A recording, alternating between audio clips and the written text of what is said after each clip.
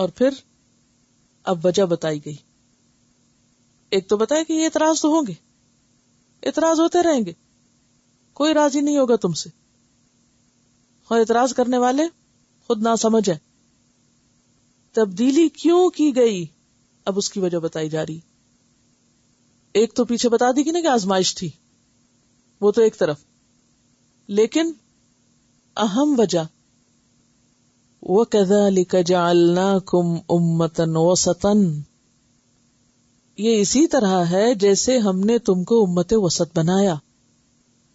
یعنی خانہ کعبہ کو قبلہ بنانے کی غرض، مقصد کیا ہے؟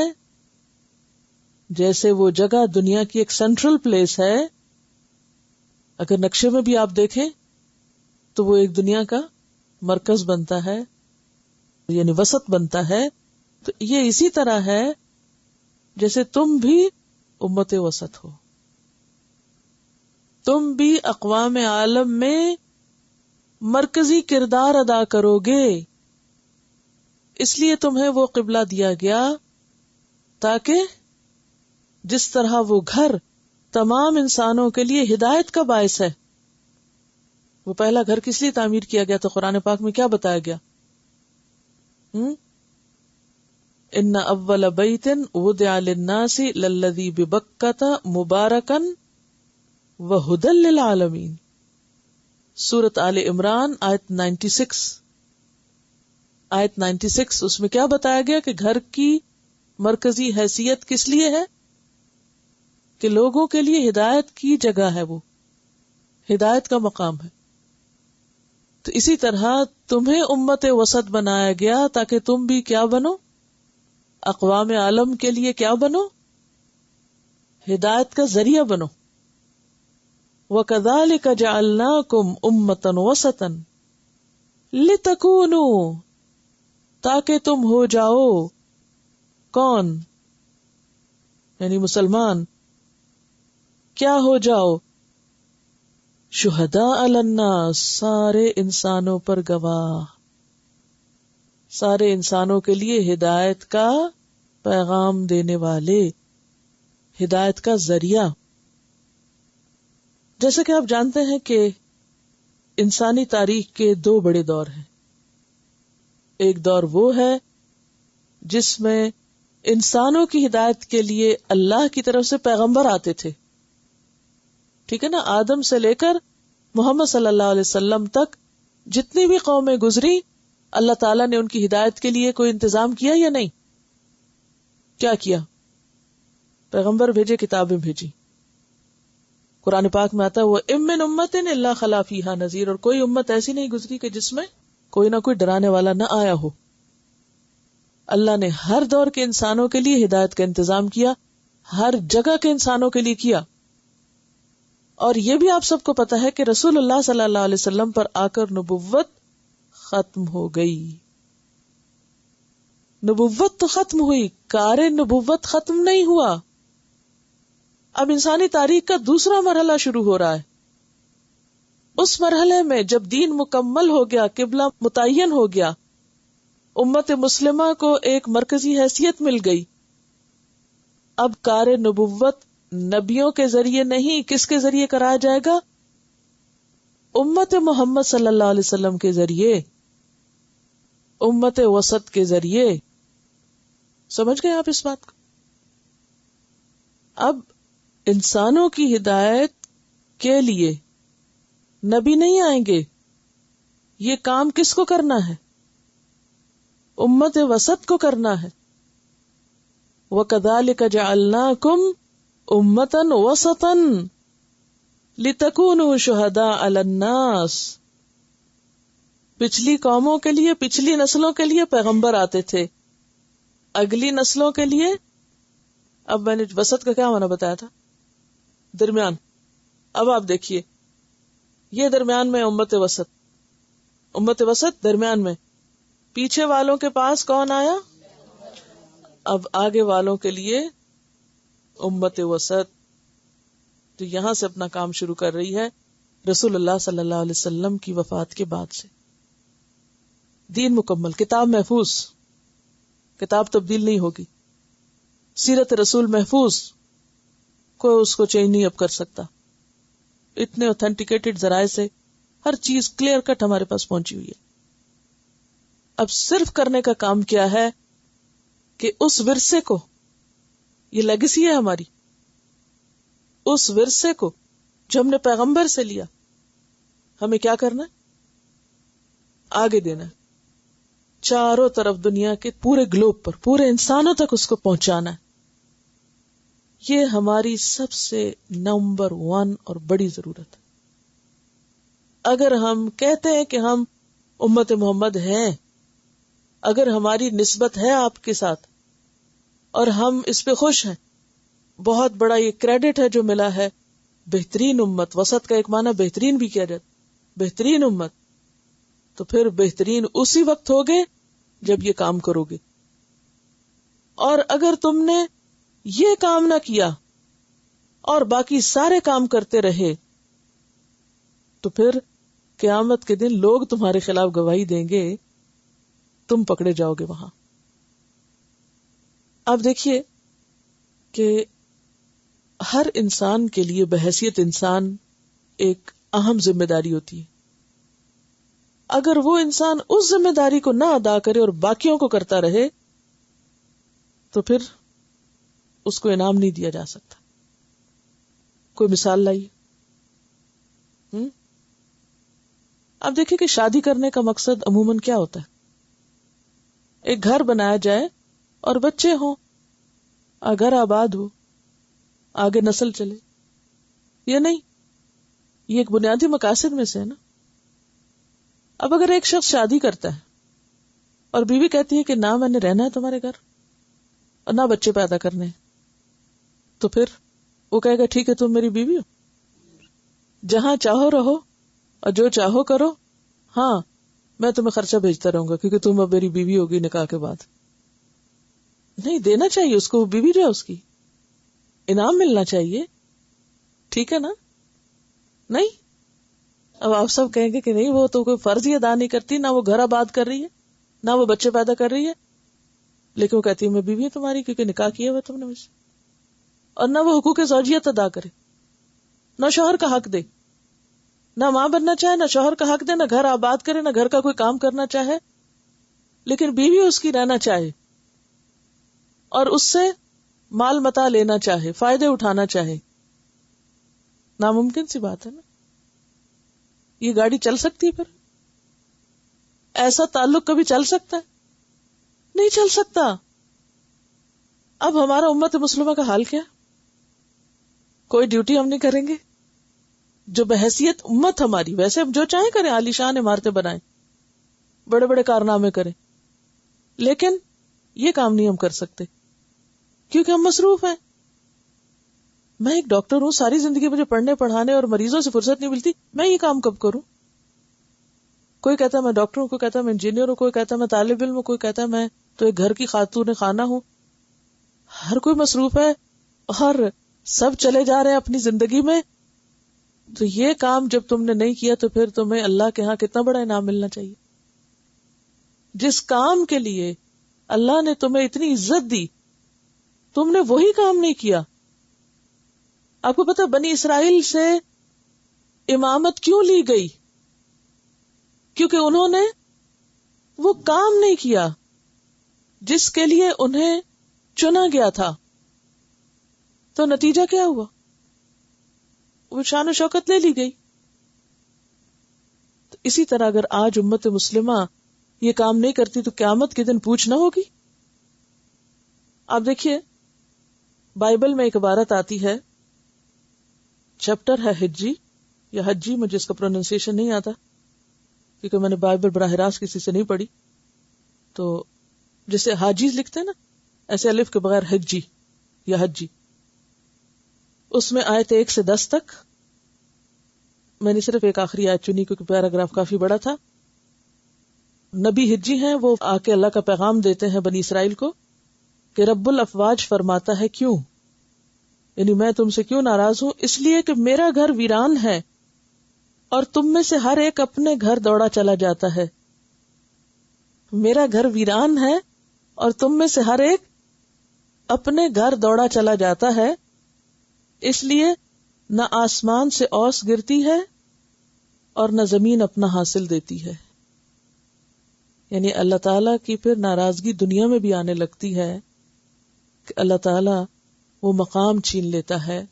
انسانوں کی بحیثیت ہم میں سے انڈیویجولز کتنے بھی اعلیٰ مقام پہ پہنچے ہوئے ہوں، ملینئر ہو، آج دنیا میں ہو سکتا ہے کہ امیر ترین لوگوں میں زیادہ مسلمان ہی ہوں، بہت لینڈ مسلمانوں کے پاس ہو جو دنیا کی بہترین لینڈز ہیں، یا بہترین وسائل ہوں، لیکن کہاں ہے عزت؟ عزت کہاں ہے؟ بحیثیت مسلمان کیوں نہیں؟ اس لیے کہ ہر ایک اپنی دنیا میں مصروف ہے، اور جس کام کے لیے اس کو پیدا کیا گیا تو اس کو بھولے ہوئے ہیں. اس طرف ہر ایک کے پاس بہانہ ہے، میں یہ کام اس لیے نہیں کر سکتا، کیوں؟ اس لیے کہ میری یہ اور یہ مجبوری، میں یہ نہیں کر سکتا کیونکہ میرے یہ اور یہ کام ہے. ہم میں سے ہر ایک کے پاس عذر ہے نا، میرے پاس ٹائم نہیں، آئی ہیو نو ٹائم، میرے پاس صلاحیت ہی نہیں، میں خود ہی عمل نہیں کرتی، مجھے پتہ ہی نہیں. یہ ان میں سے کوئی بہانہ نہیں، کوئی بہانہ قابل قبول نہیں.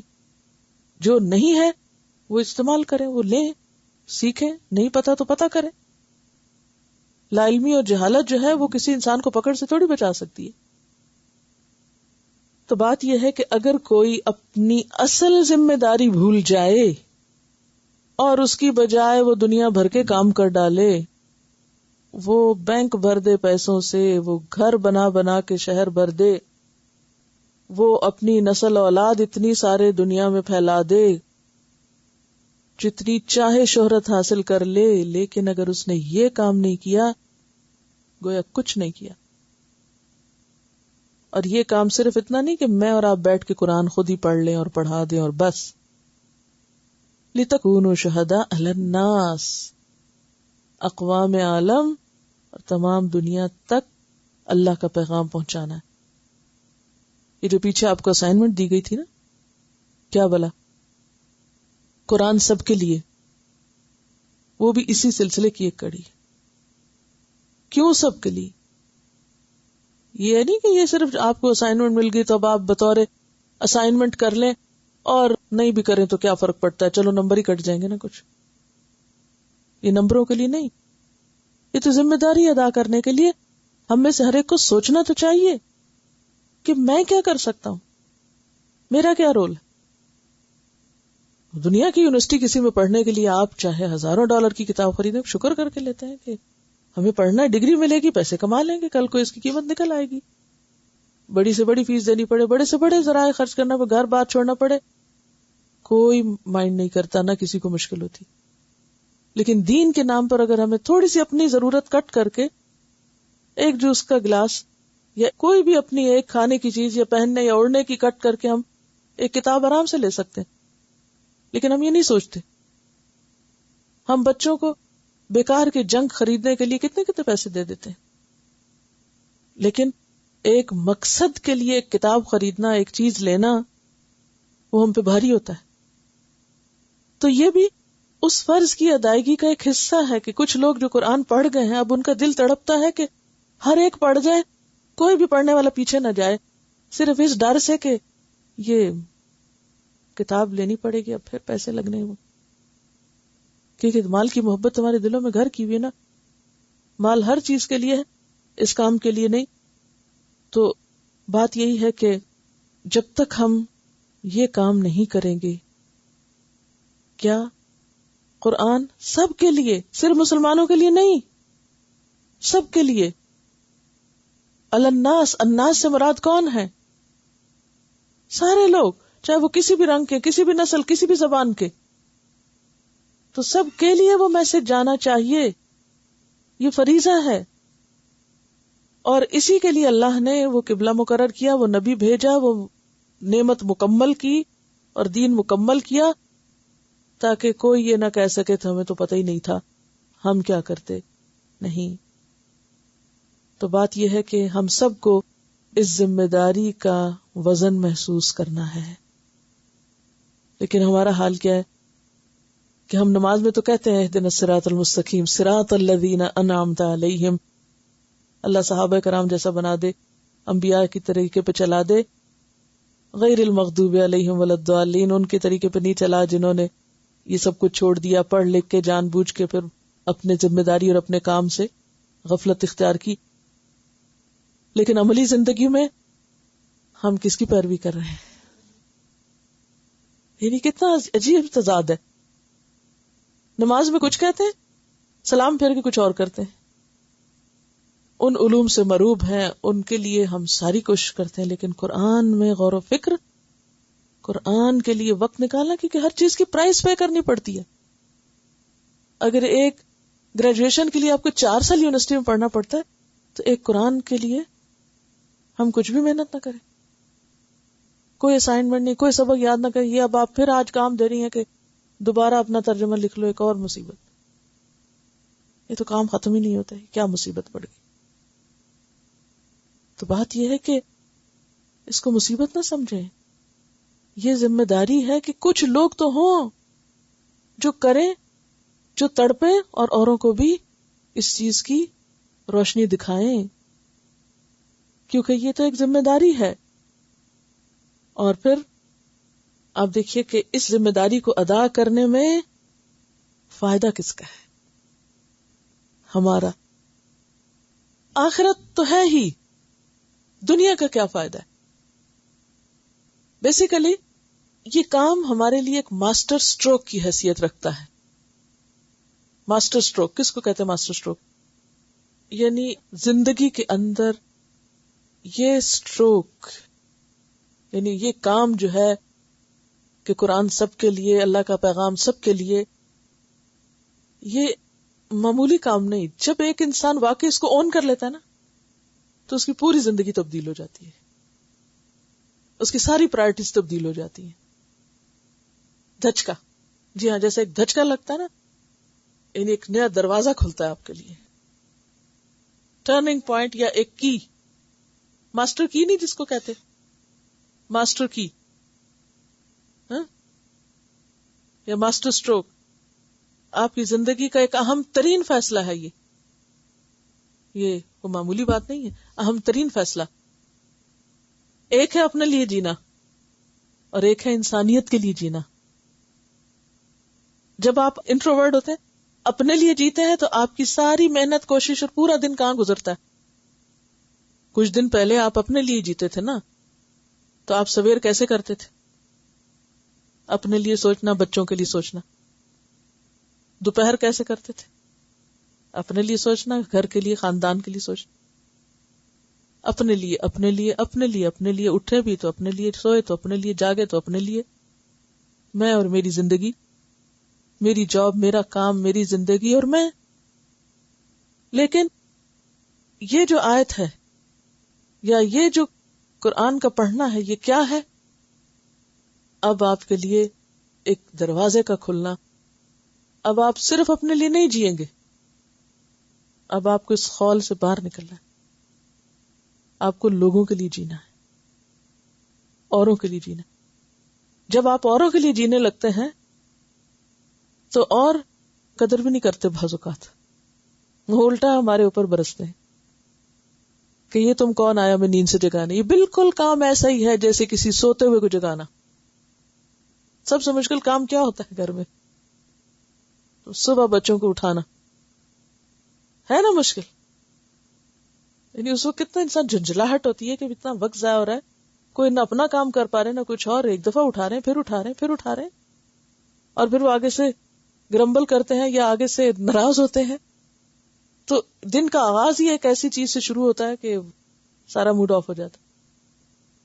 تو بات یہ ہے کہ جس طرح آپ بچوں کو اٹھاتے ہیں اور ناراض ہوتے، بالکل اسی طرح غفلت میں پڑے ہوئے انسانوں کو جب آپ جگانے شروع کرتے ہیں، آپ ان کو کہتے ہیں ہوش میں آؤ، وہ دیکھو آگے آگے، ہوش میں آؤ، اٹھ جاؤ، جلدی کرو، تو وہ الٹا ہمیں ناراض ہوتے ہیں، جاؤ جاؤ اپنا کام کرو، ہمیں سونے دو۔ تو یہ کام اصل میں ہے کیا؟ جگانے کا کام ہے۔ ایک تو یہ نا، میں اپنے لیے جیتی ہوں، میں اٹھ گئی، میں نے اپنے سارے کام کر لیے، میری بلا سے جو سوتا ہے سوتا رہے۔ تو ایسے چھوڑتے ہیں آپ گھر میں؟ یعنی جو بھی مائیں ہیں وہ اس طرح چھوڑ دیتی ہے بچوں کو، ٹھیک ہے بچہ دوپہر تک سوتا رہے، شام تک سوتا رہے، بے شک سوتا رہے. کیوں نہیں سونے دیتے آپ اس کو؟ بتائیے. آپ کو اگر وہ سوتا رہ جائے تو غم ہوتا ہے؟ کوئی کام سوچتا ہے آپ کو؟ میرا خیال ہے جو بھی حساس مائیں ہیں وہ برداشت نہیں کر سکتی کہ وہ کام کر رہی ہیں اور بچہ سو رہا ہو، بے وجہ میں سو رہا ہو اور ضرورت سے زائد سو رہا ہو. انسان جل اٹھتا ہے، برداشت ہی نہیں ہو سکتا. تو انسانیت سو رہی ہو اور سوتے سوتے وہ گڑھے میں جا گرے، کیسے برداشت ہو سکتا ہے؟ چین ہی نہیں آ سکتا اگر آپ واقعی حساس انسان ہیں کہ کیا بنے گا ان کا. پیغمبروں نے آ کے کیا کیا تھا؟ اگر آپ پیغمبروں کے حالات قرآن میں پڑھیں، اور انشاءاللہ پڑھیں گے، ہر ایک نے آ کر لوگوں کو اللہ کی طرف بلایا اور آخرت کے سنگین مسئلے سے ڈرایا. آخرت کا مسئلہ آسان مسئلہ نہیں ہے، ہمیشہ کی زندگی کا مسئلہ ہے، ابدی زندگی. کیا بنے گا اس دن؟ کہاں جائیں گے؟ کیا بیتے گی؟ تو یہ کوئی معمولی چیز نہیں ہے. اب دیکھیے کہ اگر تو چند دن کا عذاب ہوتا نا، اور چند دن کی سزا اور ناکامی ہوتی، اور پھر آگے اس کے پھر پار ہونا ہوتا، تو ہم کہتے چلو کوئی بات نہیں، جانے دو، غافل رہیں اور سوئے رہیں، اور کیا ہوا، 1 سال فیل ہو گئے بچے، اگلے سال پاس ہو جائیں گے، نہ بھی پڑھیں گے، کچھ اور کر لیں گے. آخر مائیں تھا کار کے ہی کہتی ہیں، اچھا نہیں پڑھتا بچہ نہ پڑھے، کوئی ٹیکنیشین بنا دوں گی، کوئی اور چیز سکھا دوں گی، چلو گزارا کر لے گا. لیکن آخرت کے معاملے میں تو کوئی دوسری آپشن ہے ہی نہیں. لیکن سوتے ہوئے شخص بیچارے کو کیا پتا کہ اس کے اوپر کیا گزرنے والی ہے، اس کو تو نہیں پتا. جو بچہ ہے، غافل ہے، بے سمجھ ہے، اس کو نہیں پتا اس کا سونا کیا نقصان رکھتا ہے. انسانوں کو نہیں پتا کہ وہ سوئے ہوئے ہیں، ان کا سونا کیا معنی رکھتا ہے. تو یہ تو جو دیکھ رہا ہے اپنی کھلی آنکھوں سے خطرہ، وہی جانتا ہے نا، اور وہی بتا سکتا ہے. تو اس لیے کیا فرمایا، وَكَذَلِكَ جَعَلْنَاكُمْ أُمَّةً وَسَطًا، ہم نے تم کو امت وسط بنایا. کس لیے بنایا؟ لِتَكُونُوا شُهَدَاءَ عَلَى النَّاسِ، تاکہ تم لوگوں پر حق کے گواہ بنو. وَيَكُونَ الرَّسُولُ عَلَيْكُمْ شَهِيدًا، اور رسول تم پر گواہی دیں. اور یہ کب ہوگی؟ قیامت کے دن. آپ کو معلوم ہے سورۃ النساء کی آیت نمبر 41، جب آپ صلی اللہ علیہ وسلم کے سامنے یہ آیت پڑھی تھی حضرت عبداللہ بن مسعود نے، تو اس وقت کیا ہوا تھا؟ اتنا روئے تھے کہ ہچکیاں بند گئی تھی، اتنی شدید ذمہ داری محسوس کی. کیا تھی آیت؟ فَكَيْفَ إِذَا جِئْنَا مِنْ كُلِّ أُمَّةٍ بِشَهِيدٍ وَجِئْنَا بِكَ عَلَى هَؤُلَاءِ شَهِيدًا. کیا گزرے گی اس وقت جب ہم ہر امت میں سے ایک گواہ لائیں گے اور ان سب پر آپ کو گواہ بنائیں گے. تو بات یہ ہے کہ قیامت کے دن اللہ کے رسول صلی اللہ علیہ وسلم پچھلے اقوام کے لوگوں پر بھی گواہی دیں گے، کیونکہ آپ کی کتاب میں ہر چیز محفوظ ہو گئی نا، اور خود ہم پر بھی گواہی دیں گے. آپ صلی اللہ علیہ وسلم اپنی امت کے ان لوگوں کے خلاف گواہی دیں گے جنہوں نے قرآن کو پس پش ڈالا. قرآن میں ہی دلیل موجود ہے.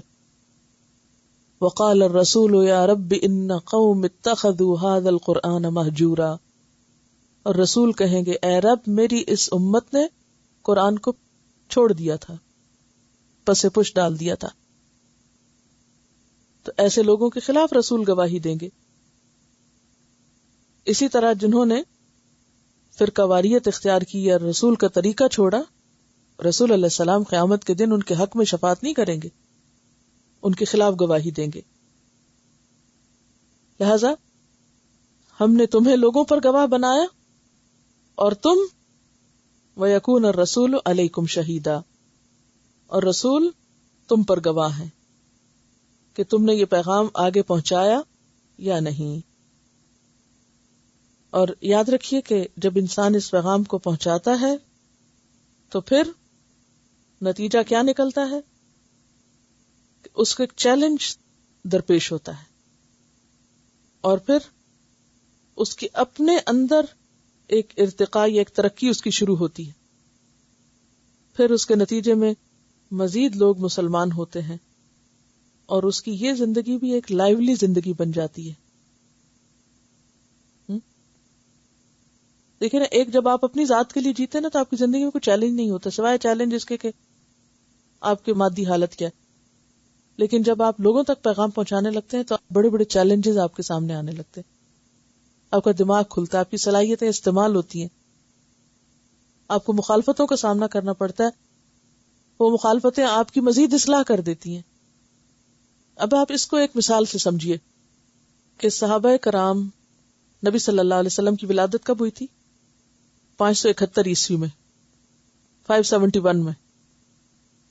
571 کے عمر، ابو بکر اور باقی لوگوں کو دیکھیے، اور پھر اس کے بعد 642 میں جب مسلمانوں کا مقابلہ ایرانیوں کے ساتھ ہوا تھا، اس وقت کے مسلمانوں کو دیکھیے، اس وقت کی عمر کو دیکھیے اور اس وقت کے صحابہ کرام کو دیکھیے. ان 70 سالوں میں کوئی فرق آیا تھا؟ آپ صلی اللہ علیہ وسلم 571 میں پیدا ہوتے ہیں، 40 سال بعد نبوت ملتی ہے. اس 40 سال کو بھی نکال دیجئے بیچ میں سے. 609 میں آپ دیکھیے ابو بکر اور عمر کا حال کیا تھا. عقبہ بن عامر کہاں تھے اور باقی سارے لوگ کہاں تھے؟ وہ اپنے لیے جی رہے تھے. ان کی دنیاوی ترقی بھی کیا تھی؟ وہ لوگ آپس میں لڑا کرتے تھے. اور صرف another 30 years 22 years تو آپ کی نبوت کے، 22 to 23، 2 سال حضرت ابوبکر کی خلافت اور اس کے بعد عمر رضی اللہ تعالیٰ عنہ کا دور. روم بھی فتح ہوتا ہے، ایران بھی فتح ہوتا ہے. یہ کس کے نتیجے میں ہوا سب کچھ؟ یہ پیغام پھیلا، نیو بلڈ اس میں شامل ہو، اور اس میں انسانیت کا نقصان تو نہیں کوئی ہوا، اس میں انسانیت کو فائدہ ہوا. کیا فائدہ ہوا؟ پوری انسانیت کے لیے ایک ٹرننگ پوائنٹ تھا. اس سے پہلے انسان سورج چاند سے ڈرتا تھا، اس کی عبادت کرتا تھا. اب انسان نے اس کو مسخر کرنے کا راستہ دیکھ لیا، کیونکہ قرآن نے بتایا کہ یہ ستارے اور چاند اللہ کی مخلوق ہے، یہ عبادت کرنے کی چیز نہیں ہے. انسان کی سوچ کا دھارا بدلا، اور 1000 سال کی تاریخ میں اسپین میں جب مسلمان پہنچتے ہیں تو کس طرح علم کا عروج ہوتا ہے اور ترقی ہوتی. پھر مسلمانوں پر تو زوال آنے لگتا ہے، کیونکہ اب وہ پھر دوبارہ واپس اپنے لیے جینا شروع کرتے ہیں، اور یہ علوم منتقل ہو جاتے ہیں اسپین سے فرانس کی طرف اور ویسٹ کی طرف، اور پھر وہاں سے اللہ تعالیٰ ایک اور قوم کو اٹھاتا ہے اور ایک اور قوم آگے بڑھ کر اس چیز کو لیتی ہے، اور اس کے نتیجے میں یہ انڈسٹریل ریولوشن آتا ہے. اور پھر آج کا دور آپ دیکھیے کہ ہم آج کہاں کھڑے ہیں، ہم کہاں جا کے سمٹ گئے. تو امت مسلمہ اگر عملی طور پر دیکھیں تو کسی قیادت کے مقام پر نہیں ہے، کسی قیادت اور عزت کے مقام پہ نہیں. آج ہمارے پاس بڑی بڑی جائیدادیں بھی ہوں، بڑے بڑے کارنامے، بڑے بڑے سائنٹسٹ بھی ہمارے اندر ہو، لیکن جب تک امت مسلمہ بندوں کا حق نہیں دیتی، یہ بندوں کا حق ہے اللہ کا کلام جو آپ کے پاس ہے اور آپ کو انہیں دینا ہے. آپ کا کوئی احسان نہیں ان پر، یہ فریضہ ہے. یعنی یہ جو کچھ آپ کے پاس ہے یہ صرف آپ کے لیے نہیں تھا، اسے تو شیئر کرنا تھا، اسے تو دوسروں تک لے جانا تھا. آپ نے تو خود بھی نہیں اس کو استعمال کیا، نہ خود استعمال کیا نہ کسی اور کو دیا. نتیجہ کیا ہوا؟ یہی جو آج ہم دیکھ رہے ہیں کہ آج کہیں سر نہیں اٹھا سکتا، ہر جگہ بدنام. کوئی کسی مسلمان کو دیکھتا تو فوراً اس کے دل میں کیا خیال آنے لگتا ہے؟ ہر جگہ آپ پہ شک کیا جاتا ہے. آپ کی کہیں عزت نہیں، کہیں کوئی آپ کو قبول نہیں کرنا چاہتا، کہیں کوئی آپ کو لینا نہیں چاہتا. کیوں؟ اس لیے کہ آپ اپنے لیے جینا چاہتے ہیں. آپ ان کے لیے جئیں، آپ ان کے فائدے کے بن جائیں، پھر آپ دیکھیں آپ کو سر آنکھوں پہ رکھیں گے. آپ ان کا حق نہیں دے رہے، لہذا وہ آپ کو کہیں بھی ٹھکانہ اور پناہ نہیں دے رہے. تو یہ اسی وجہ سے ہے کہ اصل کام ہم چھوڑ بیٹھے ہیں. اصل کام ہم عموماً کیا کہتے ہیں؟ جی لوگوں کو ہمارے بارے میں مس انڈرسٹینڈنگ ہے، تو اس لیے وہ ہمیں یوں اسکولڈ کریں یا ہمارے ساتھ زیادتی کر رہے ہیں. ہمارے ساتھ بڑی زیادتی ہو رہی. اکثر ہم شکایت کرتے ہیں مسلمانوں کے ساتھ بڑی زیادتیاں ہو رہی. ٹھیک ہے، ہو رہی ہیں، مان لیا. وجہ کیا بتاتے ہیں؟ کیونکہ ویسٹ یا جو بھی مس انڈرسٹینڈنگ کا شکار ہے. یہ کہتے ہیں نا بھئی کیوں مس انڈرسٹینڈنگ ہے ان کو؟ مس انڈرسٹینڈنگ کب ہوتی ہے؟ انہیں مس انڈرسٹینڈنگ کیوں ہے؟ ان کو مس انڈرسٹینڈنگ اس لیے کہ ہم نے ان کو اصل پیغام پہنچائی نہیں. نہ اس پر ہم خود عمل کر رہے ہیں کہ انہیں پتہ چلے کہ اسلام کیا ہوتا ہے، اور نہ ان کو یہ پہنچا رہے ہیں کہ وہ خود بھی پڑھ کے دیکھ لیں اور خود بھی جان لیں کہ اصل اسلام کیا ہے. لہذا اصل حقیقت کے اوپر جہالت کے، غفلت کے پردے پڑے ہوئے ہیں. تو نتیجہ کیا ہوگا؟ حال نہیں بدل سکتا جب تک یہ پردے نہیں ہٹائے جائیں گے اور مس انڈرسٹینڈنگ دور نہیں کی جائے گی. اس صورتحال میں مسلمان کر کیا رہے ہیں؟ بجائے اس کے کہ اپنی اصل ذمہ داری پوری کرتے، انہوں نے اور رستے ڈھونڈے. اور وہ رستے کیا ہیں؟ اسیمیلیشن، یعنی وہ اپنی آئیڈینٹی کھو کے انہی میں ہی شامل ہونا چاہتے ہیں.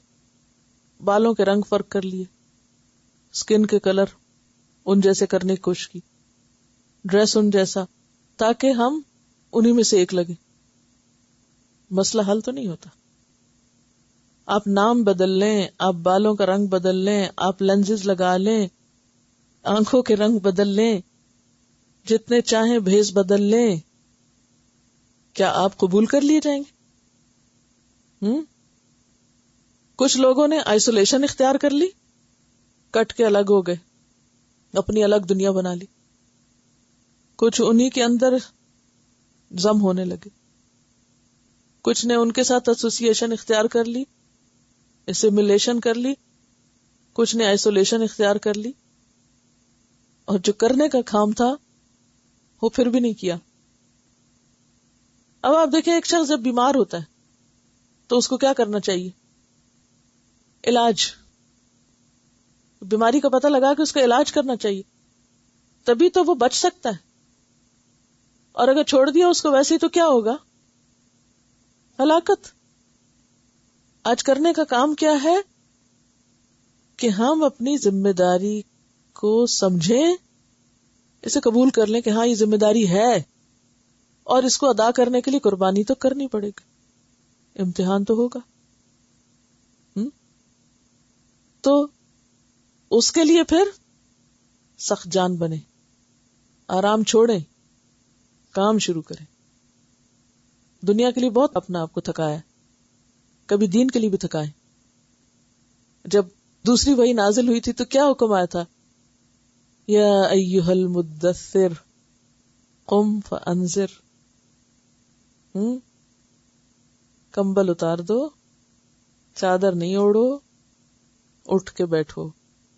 قم، کیا کرو؟ فانذر، لوگوں کو خبردار کرو. یہ ہے کرنے کا کام. وَرَبَّكَ فَكَبِّرْ، ربانی، ربک فکبر، وثیابک فطہر، والرجز فہجر، ولا تمنن تستکثر، ولربک فاصبر. تو صبر کے ساتھ، برداشت کے ساتھ، محنت کے ساتھ، خاموشی کے ساتھ انسانیت کی خیرخواہی اور محبت دل میں لے کر اپنی ذمہ داری کو نبھانے کے لیے چاہے ہلکا ہلکا بھی موومنٹ ہوتا رہے گا نا تو نجات ہو جائے گی. لیکن اگر بیٹھ گئے، پلٹ گئے تو یہ حل نہیں ہے. پھر اللہ تعالیٰ فرماتے ہیں وَمَا جَعَلْنَا الْقِبْلَةَ الَّتِي كُنْتَ عَلَيْهَا، اور نہیں بنایا ہم نے اس قبلے کو جس پر تم پہلے تھے. یعنی وہ جو بیت المقدس کی طرف منہ کرنے کو کہا گیا تھا وہ اس لیے تھا إِلَّا لِنَعْلَمَ، تاکہ ہم جان لیں کیا، مَن يَتَّبِعُ الرَّسُولَ، کہ رسول کی پیروی کون کرتا ہے، رسول کی بات کون مانتا ہے، اتباع کون کرتا ہے، مِمَّن يَنقَلِبُ عَلَى عَقِبَيْهِ، اس سے جو اپنی دونوں ایڑیوں پہ پھر جاتا ہے. کون پیروی کرتا ہے اور کون واپس پلٹ جاتا ہے. کدھر واپس؟ اسلام سے کفر کی طرف. تو اس سے کیا پتہ چلتا ہے کہ رسول کی پیروی سے انکار، رسول کی بات نہ ماننا اور پھر کہنا میں مسلمان بھی ہوں. تو ممن ينقلب على عقبیہ، جو اپنی دونوں ایڑیوں پہ واپس پلٹ جاتا ہے، یعنی پیغمبر کی بات ماننے کی بجائے اپنے دل کی مانتا ہے یا لوگوں کے پروپیگنڈے سے متاثر ہو کے ان کے ساتھ مل جاتا ہے. وہ ان کانت لکبیرۃ، اللہ تعالیٰ فرماتے ہیں اس حکم کی پیروی آسان نہیں ہے، واقعی مشکل کام ہے. کیونکہ ایک طرف مخالفت بھی بہت تھی، دوسری طرف کچھ پچھلی ایسوسیشنز بھی تھیں چیزوں کے ساتھ. اہل مکہ کی خانہ کعبہ کے ساتھ ایسوسیشن تھی، اہل مدینہ کی، اہل کتاب کی بیت المقدس کے ساتھ تھی. تو اب اپنے آبائی اور قدیمی طریقوں کو چھوڑ کر ایک نیا طریقہ اختیار کرنا یہ ایک بھاری کام ہوتا ہے. ہر نیا کام مشکل ہوتا ہے یا نہیں؟ اب ایک ٹائم ٹیبل آپ کا تھا قرآن شروع کرنے سے پہلے زندگی کا تھا نا، اور ایک اب نیا ٹائم ٹیبل بن گیا یا بنانا پڑا آپ کو. اب یہ نیا کام ہے نا، تو نیا کام تو مشکل ہوتا ہی ہے. تو ہر نیا کام مشکل ہوتا ہے. فرمایا وَإِن كَانَتْ لَكَبِيرَةً إِلَّا عَلَى الَّذِينَ هَدَى اللَّهُ، یہ تبدیلی چینج ہے مشکل، مگر اس کے لیے مشکل نہیں جس کو اللہ ہدایت دے دے. کیونکہ اس کو تو اللہ کے حکم کی، رسول کے حکم کی پیروی کرنی ہے. اسے کیا فرق پڑتا ہے کہ طریقہ کوئی بھی ہو یا کوئی بھی کام کرنے کو کہا جائے. وَمَا كَانَ اللَّهُ لِيُضِيعَ إِيمَانَكُمْ. اس موقع پر کچھ لوگوں کے ذہن میں یہ خیال پیدا ہوا کہ وہ لوگ جو دنیا سے جا چکے اور وہ صرف بیت المقدس کی طرف منہ کر کے نماز پڑھتے رہے، ان کی نمازوں کا کیا ہوگا؟ تو فرمایا اللہ ایسا نہیں کہ تمہارے ایمان ضائع کر دے، یعنی تمہاری وہ نمازیں ضائع نہیں ہوگی. ان اللہ بالناس لرؤوف الرحیم، بے شک اللہ بندوں کے ساتھ بہت مہربان ہے، شفقت کرنے والا ہے. وہ بندوں کو مصیبت میں نہیں ڈالنا چاہتا بلکہ وہ بندوں کے اوپر مہربانی کرنا چاہتا ہے. اس کے پیچھے ایک خاص غرض ہے، ایک وجہ ہے کہ تمہیں یہ حکم دیا جا رہا ہے. اب یہاں یہ جو ہے نا کہ اللہ جاننا چاہتا ہے کہ کون رسول کی پیروی کرتا ہے، تو کیا اللہ تعالیٰ کو نہیں پتا؟ اللہ کو تو پتا ہے، لیکن اصل میں وہ بندوں پہ حجت تمام کرنا چاہتا ہے. یعنی ایک بات مثلا آپ کو پتا ہوتا ہے کہ آپ کا بچہ کیا کرنے والا ہے، لیکن وہ چاہتا ہے کہ کچھ نہ کر کے بھی آپ اسے انعام دے، تو آپ کیا کرتے ہیں؟ اسے ٹیسٹ کرتے ہیں. تو یہ تو اصل میں ایک ٹیسٹ تھا. اللہ کو تو پہلے ہی پتا تھا، لیکن اللہ تعالی لوگوں کو الگ الگ کرنا چاہتا تھا، چھانٹنا چاہتا تھا کہ کون اتباع کرنے والا ہے، کون بات ماننے والا ہے اور کون بات نہیں ماننے والا.